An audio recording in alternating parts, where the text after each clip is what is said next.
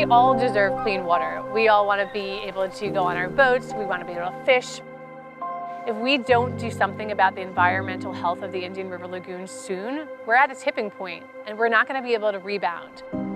When we can just do one small step, like installing a buffered shoreline or restoring living shoreline habitats, we are going to improve the lagoon collectively together. Shoreline projects are beneficial, especially when we're installing living shorelines, because we are putting some things back to the way nature had them. Naturally, these areas have living plants along the edges. So when we displace those plants to put down our homes or other things, the best thing for us to do is to say, okay, now that I've built my home, let's mitigate the damage and replace it with something that is living. There's a lot of properties along the Indian River Lagoon that have very traditional lawn type. That means that they have turf grass leading right up to their seawall or hardened shoreline. And so every time it rains or their irrigation comes out, water is flowing over the land and carrying any of the nutrients or sediments with it and dropping it directly into the Indian River Lagoon. At first, this homeowner only had something green growing all the way to the end of their seawall. When you install a buffer zone, what you're doing is allowing native plants to capture those sediments, those pollutants and nutrients before they ever make their way to the lagoon. Our mission is, how do we help save and mitigate some of the damage in our lagoon and our other waterways?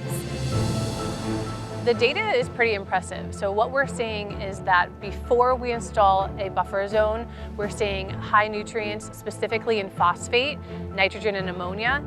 Once we put the plants in place for our buffer zone, we will then see a dramatic decline in those nutrients. And so that is the whole intention of a buffered zone.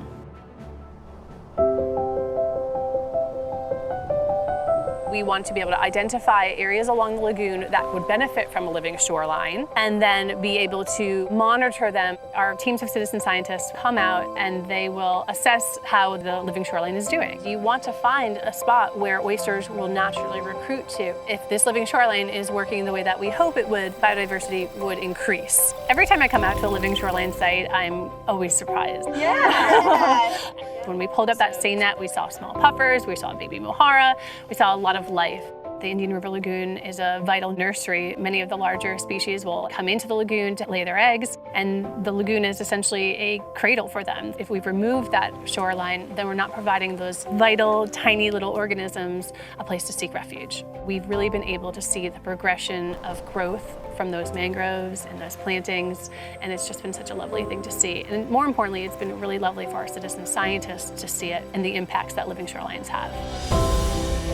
I really enjoy the hands-on learning aspect of this and actually getting out in the field like we did today. Missy taught us that this is not what the shoreline used to look like. Our whole community is built around the lagoon. It's a giant part of our natural landscape here. You know, I think it's our responsibility to protect it.